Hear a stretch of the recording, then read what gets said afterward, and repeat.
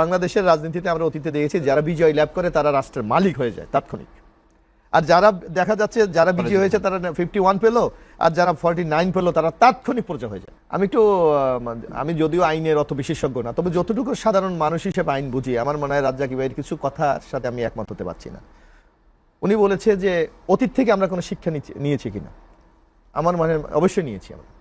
যেমন আপনি দেখবেন বাংলাদেশের ঐতিহ্যগত নির্বাচনের যদি আপনার পূর্ব ইতিহাসগুলি দেখেন, নির্বাচনের পর বিজয়ী দল এবং যারা পরাজিত দল হয় এদের মধ্যে কিন্তু একটা বাকযুদ্ধ চলে। নির্বাচন কারচুরি হয়েছে, নির্বাচন ইঞ্জিনিয়ারিং হয়েছে, কিন্তু this is the first time সবাই কিন্তু রেজাল্টটা মেনে নিয়েছে এবং কোনো অভিযোগ নাই।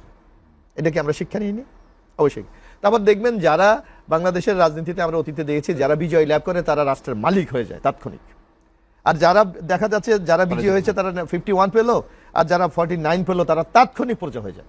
কিন্তু এবারই প্রথম দেখেন যে বিজয়ী হওয়ার পর জনাব তারেক রহমান আমাদের যিনি মাননীয় প্রধানমন্ত্রী, উনি কিন্তু যারা পরাজিত হয়েছে মানে অর্থাৎ নির্বাচনে জিতেছে কিন্তু ক্ষমতায় যেতে পারে নাই, সে জামাতের আমিরের বাসায় গিয়েছে, এনসিবির নাহিদের বাসায় গিয়েছে, চরমনের ইসলামী আন্দোলনের বাসায় গিয়েছে। তাহলে এটা কি আপনি অতীত থেকে শিক্ষার নতুন সংস্করণ না? আপনাকে এটাকে অভিনন্দন জানাতে পারি না আমরা? শুধু তাই না, আপনার 12 তারিখ নির্বাচন হয়ে গেছে, আজকে 10 দিন বাংলাদেশে উল্লেখ করার মতো একটা নির্বাচন সংক্রান্ত কোনো ঘটনা ঘটেছে?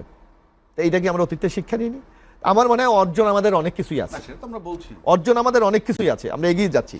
আরেকটি বলেছে, আমি জানি না রাজ্জাকি ভাই বিজ্ঞ আইনজীবী, সেই কথাটা কিভাবে বলে যে এই নির্বাচন এখন কেন? নির্বাচন তো হওয়ার কথা ছিল 29 সালে। আমরা ওটা বলছি সংবিধান মানা, আমি সংবিধান মেনেই আমি কি বলছি, আমি এই সংবিধানকে আমি মেনেই বলছি।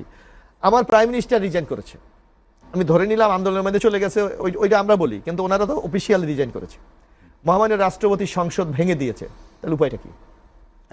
আমাকে তো নির্বাচনে যেতেই হচ্ছে। সুতরাং 29-এর যে ধোঁয়াটা কেউ কেউ তুলছে, এটা কিন্তু সাংবিধানিক ব্যাখ্যা এটা টেকে না, বরং আপনাকে মাস নির্বাচন হতেই হবে। এক আরেকটি বলেছে জুলাই আন্দোলনকে আমরা ভুলে গেছি না। আপনি দেখবেন আমাদের মাননীয় প্রধানমন্ত্রী উনি কিন্তু জুলাই অভ্যুত্থানকে স্বীকার করেই হাদির কবর জিয়ারত করেছে, আবু সাইদের কবর জিয়ারত করেছে, যেখানে এই জুলাই যে স্মৃতিগুলি আছে সেখানে উনি কিন্তু সেই শ্রদ্ধা নিবেদন করেছে। এবং উনি আমরা বলেছি জুলাইয়ের শপথ অনুষ্ঠানটিও একটু ব্যতিক্রমী একটা অনুষ্ঠান হয়েছে, একটা প্রকাশ্যে রাজপথ হয়েছে। হ্যাঁ, এখানে সংকটটা কোথায়? যে রাজ্জাকি ভাই যে সংকটটা বলেছে যে বিএনপি জুলাই এই যে গণপরিষদের, এটা আমরা শপথ নেইনি। আমি তো এই সংসদের একজন সদস্য, আমরা কনস্টিটিউশনকে ফলো করে কিন্তু আমরা এগিয়ে যাচ্ছি। হ্যাঁ, কনস্টিটিউশনের মধ্যে নানা প্রশ্ন থাকতেই পারে, কারণ এই সরকারটা কিন্তু 106-এর আদেশের মাধ্যমে হয়েছে, সুতরাং অনেক জায়গায় কিন্তু বিচ্যুতি আছে। কিন্তু তারপরও আমরা চেয়েছি যে নির্বাচনটা সাংবিধানিক কাঠামোতে হয়েছে, সেই কাঠামোটা বজায় রেখে আমাদের শপথের যে আর্টিকেল, নিশ্চয়ই দুই বিজ্ঞ অ্যাডভোকেট আছেন, সেখানে একটা শপথের একটা শপথ বলা আছে। আপনি এখন যে প্রশ্ন আপনি দেখবেন কিছু কিছু জায়গায় বিভিন্ন যারা আইনি এক্সপার্ট তারা কিন্তু বলছে জামায়াতে ইসলামীর এমপিশিপ নাই, কারণ তারা 2টা শপথ দিয়েছে। প্রথম শপথ যদি তারা নিয়ে থাকে, দ্বিতীয় শপথ নিলে আগের শপথের কার্যকারিতা থাকে না। আমি জানি না এটা আইনের ব্যাখ্যাটা কি, সুস্পষ্ট ব্যাখ্যা আমার কাছে নাই। তো এই সংকটটা তৈরি হোক, এটা আমরা চাই নাই। যার জন্য আমরা বলেছি যে আমরা প্রচলিত যে আমাদের শপথের বিধান আমাদের কনস্টিটিউশনে আছে সেটা আমরা নিয়েছি। এবং জুলাইয়ের যে কমিটমেন্টগুলি আপনারা দেখেন যে কমিউনিটি এখানে বলা হচ্ছে আমরা কি জুলাইয়ের চেতনা ধারণ করেন? অবশ্যই করি।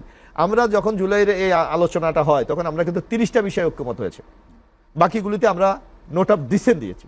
এবং আমরা যখন এই ঐক্যমত কমিশনের রিপোর্টটা প্রথম প্রকাশিত হয় তখন কিন্তু নোট অফ ডিসেন্ট তারা প্রকাশ করেছিলেন, কিন্তু যখন সিগনেচারের জন্য এটা রাজনৈতিক আহ্বান করা হয়েছে তখন এই তারা নোট অফ ডিসেন্টটাকে অ্যাভয়েড করেছে। আমরা কিন্তু তাৎক্ষণিক আপনার মনে থাকার কথা বা রাজ্জাকি ভাই বেলাল ভাই মনে থাকার কথা, বিএনপির পক্ষ থেকে বলা হয়েছে বিএনপির সাথে প্রতারণা করা হয়েছে, কিন্তু আমরা একটা বৃহত্তর গণতান্ত্রিক উত্তরণের সাথে এবং বাংলাদেশের মানুষের আকাঙ্ক্ষাকে ধারণ করে আমরা সেদিন কিন্তু স্বাক্ষর করেছিলাম। এখন আমরা কি বলছি? এখন আমরা বলছি জুলাইয়ের প্রত্যেকটি বিষয় সংসদে আমরা উত্থাপন করব, যদি সংখ্যাগরিষ্ঠতা এমপির মহোদয়রা এটা অ্যাকসেপ্ট করে অবশ্যই আমরা সেটা মেনে নেব। সুতরাং বিএনপির এখানে ধোঁয়াশার কোনো কিছু নেই, আমরা স্পষ্ট বলেছি পার্লামেন্ট সার্বভৌম, সুতরাং পার্লামেন্টের যে সিদ্ধান্তগুলি নেবে সেটাই আমরা আগামী দিনে বাস্তবায়ন করবো। একটু 1 মিনিট নেই, নাহলে পরে ভুলে যাব। উনি বলছে যে সরকার চলে গেল, সরকার চলে যাওয়ার পর সংবিধান মোতাবেক নির্বাচন। কারেক্ট? কেমনে?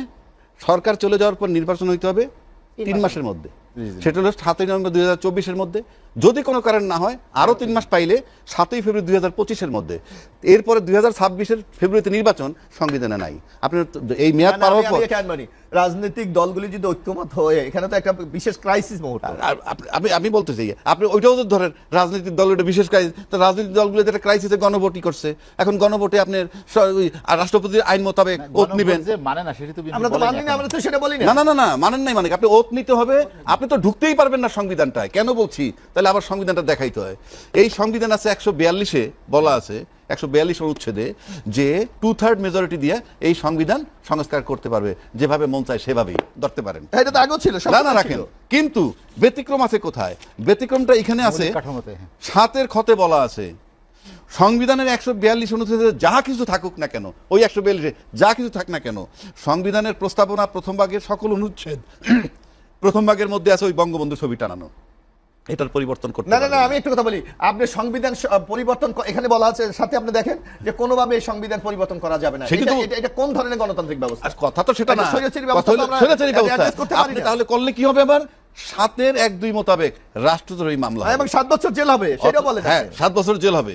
প্রশ্ন হচ্ছে যে তাহলে তো আপনি যতক্ষণ মধ্যে এটা না পারতেছেন অতক্ষণ তো, তাহলে সংবিধানই যদি মানেন, আমি বাদ দিলাম গণভোট, সংবিধানই যদি মানেন, তাহলে যতক্ষণ পর্যন্ত পরিবর্তন না হবে অতক্ষণ পর্যন্ত জাতির জন্য না, সংবিধানের সকল অগণতান্ত্রিক বিষয় যদি কেউ যুক্ত করে, সেটা আপনি মানবেন? অগণতান্ত্রিক বলতে কিছু না, এটা change করতে- অবশ্যই, এটা তো তারা করেছে। আপনি এখন এখন বললে হবে না তো। নির্বাচনের বৈধতা নিয়ে প্রশ্ন